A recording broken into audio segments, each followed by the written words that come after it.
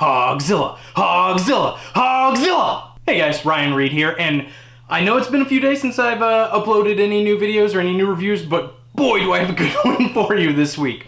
Although I will say, I had trouble deciding how best to review this movie for multiple reasons. One being the fact that this is a technically new premiere of a movie, although it has been in production for 13 years, but technically it did just have its world premiere. So typically when it's a new movie and it's something I haven't seen, I do tend to review it on Impromptu Reviews. And if you're new to the channel, Impromptu Reviews is the show you're currently watching. Basically, it's just my thoughts off the top of my head about a movie I've just seen. No script, no nothing like that. Whereas normally a movie like this, I would talk about on Fright Films. Fright Films is my horror movie analytical show. If you're familiar with kind of like how a horror host segment works, you know, that's kind of closer to what it is. There's a script that I've written, I play multiple characters sometimes, it's breaking down the production of the movie, all kinds of stuff like that. So normally a movie like this, a horror movie, kind of a B-grade exploitation horror movie, would fit more in that category. So I couldn't decide where to put Hogzilla, the movie we're talking about today. What I ultimately landed on, though, was that this movie is going to be, we're going to start with an impromptu review because I feel like it's new to me and it's probably new to a lot of people out there, so people should definitely check it out. But if people really like Hogzilla and you want to see me do a Fright Films on it, please leave a comment down below. If they decide to release it on DVD, which has kind of been discussed, then we will definitely do a Fright Films episode on it then once I have a physical copy of it to talk about as well. But yeah, Hogzilla. Man, if you haven't heard of this movie, I'm not surprised. I totally understand. So some people who maybe do know about the movie and just kind of want to hear me talk about it, I'm going to have to go into a little bit of detail just about where this movie came from, everything like that. But I'm going to be as brief as possible because I do think the version of this movie that people can now watch does a way better job of talking about behind the scenes stuff than I could. So Hogzilla, where did this movie come from? Well, this movie's production took place in 2007. It stars Joe Bob Briggs, and if you're not familiar with Joe Bob Briggs is a horror host. His actual name is John Bloom, but he goes by Joe Bob Briggs when he's playing the kind of character movie review personality, I should say, that he's performing as. And Joe Bob Briggs has been around forever. He originally was a newspaper writer, and then he got a show where he discusses movies, kind of a horror host style show, just different than something like Spenguli or Elvira, his own personal take on it, where he really discusses the movie and gets into it, and that's the fun part about it, is just the amount of knowledge Joe Bob has about these movies. It's great. So originally he started off on the movie channel, and then where most people probably know him from was TNT for a long time, had a show called Monster Vision every Saturday night, I believe it was, and he hosted that for many, many years, and so a lot of people really know him from Monster Vision. Well, recently, in the last year or two, Shudder started airing his own show again. It's called The Last Drive-In with Joe Bob Briggs, and in that show, he does the same thing. They've got it set up where they live stream these episodes where it's movies. They premiere Friday nights. It's normally double features, and then he interrupts the movie. Now, to some people who are maybe a little younger, you're like, why would you interrupt the movie? It makes no sense. Well, it's because he used to be on commercial breaks. During the TNT years, it was much more about, we've got a commercial break, so horror hosts typically would come on and do a skit or something, and Joe Bob really kind of kept away from skits mostly, although there is humorous elements. He's more about talking about the details of the movie, and so to a horror fan and a filmmaking fan like myself, the knowledge that he has is so much fun to watch. And so yeah, they used to be during commercial breaks during the Monster Vision years. Every 15 minutes or so, there's a commercial break. So right before the commercials start, Joe Bob would come on, talk, commercials, he would come on, talk, go back to the movie. And that's the way a lot of horror hosts still do it as well, like Spenguli and some of the other ones that are still around. A lot of local horror hosts, if you've got one to your local area, they do it a lot in the same way. Well, now Shudder has introduced it in that manner, but now it is done in a way where Joe Bob still interrupts the movie. He comes on, talks about knowledge, but then they cut back to the movie. And some people that might sound odd, but it's fantastic for horror fans like myself.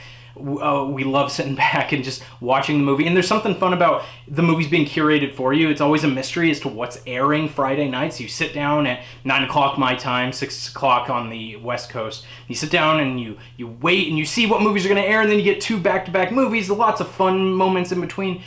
It's a blast. So if you haven't checked out The Last Drive-In with Joe Bob Briggs, and if you're a horror movie fanatic like myself, you really need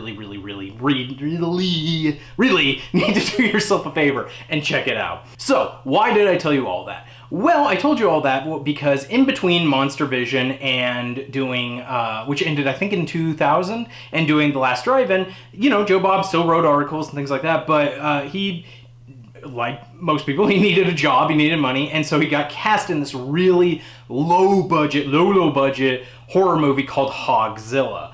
And without going into too much detail, because Joe Bob does a great job talking about it, the movie had trouble after it was finished. It went into production, and then after production, during post-production, the film had legal issues and music rights issues, and then eventually just got to the point where it looked like it was never going to see the light of day. And from what Joe Bob has said, he seemed really happy about that because the movie was not good, and he, you know, was just like glad it kind of stopped existing. Well, Darcy the Mail Girl, who, again, if you're not familiar, she's kind of the co-host of Last Drive-In with Joe Bob Briggs. The Mail Girl has been around forever, and it used to be someone who would literally bring mail, and now it's changed to kind of be, Darcy is super knowledgeable about all things horror as well, and so she has more become like a co-host figure, which is fantastic. And on top of that, she does respond to tweets during the show, and so that's kind of where the Mail Girl aspect has come in, is now she is responding to everybody's tweets and social media. But anyway, she took the time to find this movie, to find out all the legal issues with Hogzilla, because it started this thing where people wanted to see this movie, and Joe Bob was like, no. And Darcy championed it, and she did such an amazing job with finding it and working with the director and figuring out all the legal stuff, and they finished a cut of the movie and finished it and pieced it together, and finally, this last Friday, Hogzilla aired. And my God, this movie is so much fun. It is such a blast. And I can say that and be honest, it is not a good movie. It is not a good movie by any stretch of the imagination. You know that feeling when you first saw like The Room or Birdemic or Troll 2, and you know, maybe if you saw it before like really everything kicked in with those movies, if you saw it like before the internet took a hold of them. Remember that feeling of like, this movie is so bad, and yet it is so enjoyable to watch. Like, I need to show this to everybody. That's how I feel with Hogzilla right now. Everything about this movie is, I'll be kind of honest, and I try not to sound negative, but I mean this in the best possible way, because it's just how I feel. The movie's horrible. Like, it's so bad. The script is bad. The characters make no sense. There are plot elements that go absolutely nowhere. The camera looks like it was shot by somebody who had just picked up a camera for the first time in their life. The effects are non-existent, even though they did have a Hogzilla.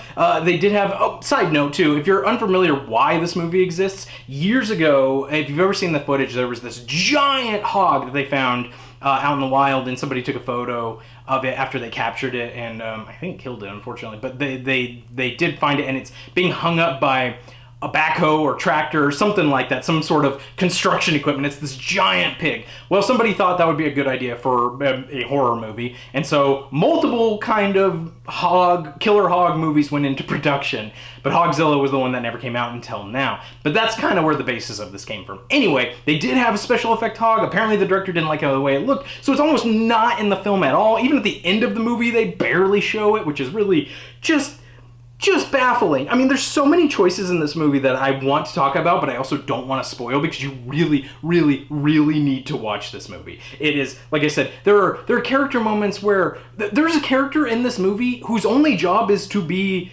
just basically a way for other characters to insult him on his weight.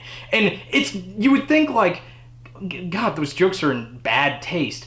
But it's non-stop. It's not like every once in a while they throw out a joke about this character's weight and you're like, bad joke and just whatever. No. It is constant. The only thing they say to this guy is comments about his weight. And it's just, you're like, who thought this was a good idea? Why is this written like that? And then that same character has this moment where he has like a mental breakdown and he's like imagining killing everyone else and he's like got a gun and then it never comes back into play. Someone else gets the gun to move. There's just so many.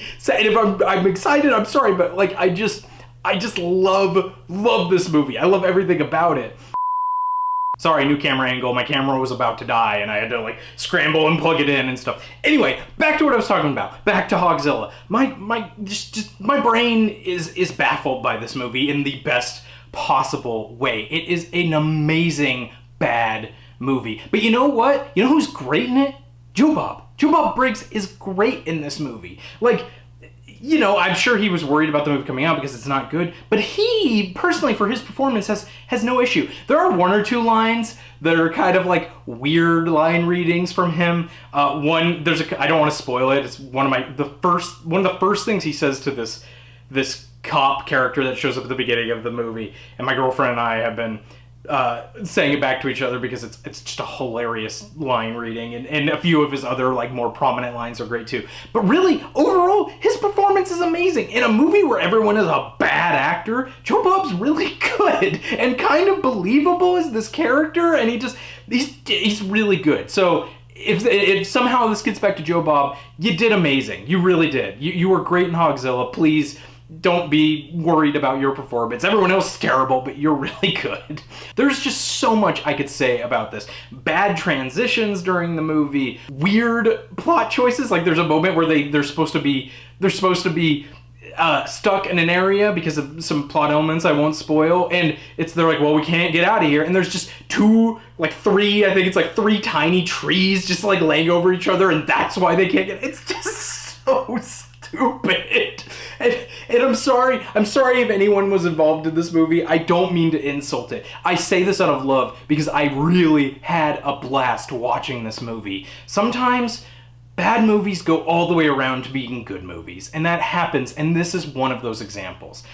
Hogzilla is not good, but I would be lying if I said I did not have an amazing time with it. And I'm trying not to go into too much detail about the movie and trying not to go into too much detail about the behind the scenes stuff and all that jazz, because the only way to watch this movie right now is on Shudder on an episode of The Last Drive-In with Joe Bob Briggs. So if you have not watched that, please go check it out. I mean, even if you've never heard of Joe Bob, or even if you're, not a fan of Joe Bob or whatever, please watch this movie. Please watch it because it is going to become, I can feel it, it's going to become the next one of those movies where everyone just gets around on a, Friday, Saturday night with some beers and some pizza, and you watch and you laugh at how ridiculous it is. And sometimes those are the best. Those movies are amazing, and we need those movies sometimes. Say what you will about the quality. The quality's terrible, but my God, was it enjoyable. To kind of wrap this up, please, if you have Shudder, go watch The Last Drive-In with Joe Bob Briggs, week 9, I believe it was, of season 2, Hogzilla. It's the only way to watch it right now, and honestly, Joe Bob's commentary just adds to it. It's why I haven't gone into too much detail, because I really, really, really want you to go check it out. So please go check out Hogzilla. And again, if this ever gets back to Joe Bob or Darcy in some way, thank you. Thank you both, because this movie was just a blast. Darcy, you did an amazing job putting this movie together. Thank you for doing that. Thank you for taking the effort and the time. And Joe Bob, really, you don't need to beat yourself up. Like, the movie's great. It's fun. It's really enjoyable. You seem like you're already having fun with it, but you can continue to just roll with it. That's the best part. So again, thank you. Really, Darcy, thank you. Thank you for bringing this to all of us Last Drive-In fans and all of us Joe Bob fans. It's awesome. It's so cool. And if you make a collector's edition Blu-ray or even a DVD, it is a day one purchase for me, and we're doing a Fright Films episode of it. And speaking of which, that kind of wraps up this episode of Impromptu Reviews. If you want to see more shows like this, if you are totally new to this channel, there's a great place to start. I have a couple playlists, but definitely check out some more impromptu reviews of different movies. But if you're into horror movies, if you're into Last Drive-In, or if you're into Svengoolie or Elvira, or any horror hosts from past, present, current, whatever, I guess present and current are the same. Doesn't matter. if you're into that, please check out Fright Films. It's a show I'm really, really proud of. It's a show I work really hard on, and I do love it. A few weeks ago, I did, at the end of May, the last week of May, I did Reanimator Week. It was a play on words, and I did 3 episodes on all 3 of the Reanimator films. The Herbert West Reanimator with Jeffrey Combs, you know, those movies. I know there's some other Reanimator movies, but no, the Jeffrey Combs Reanimator films. I did 3 episodes on that. So check those out, or check out some of the other ones I've done. I've done an episode on Tourist Trap. I've done episodes, all kinds of stuff. There's all kinds of other things on the channel too, food reviews, but please check it out if you get the chance. And I'll talk to you guys next time. Bye.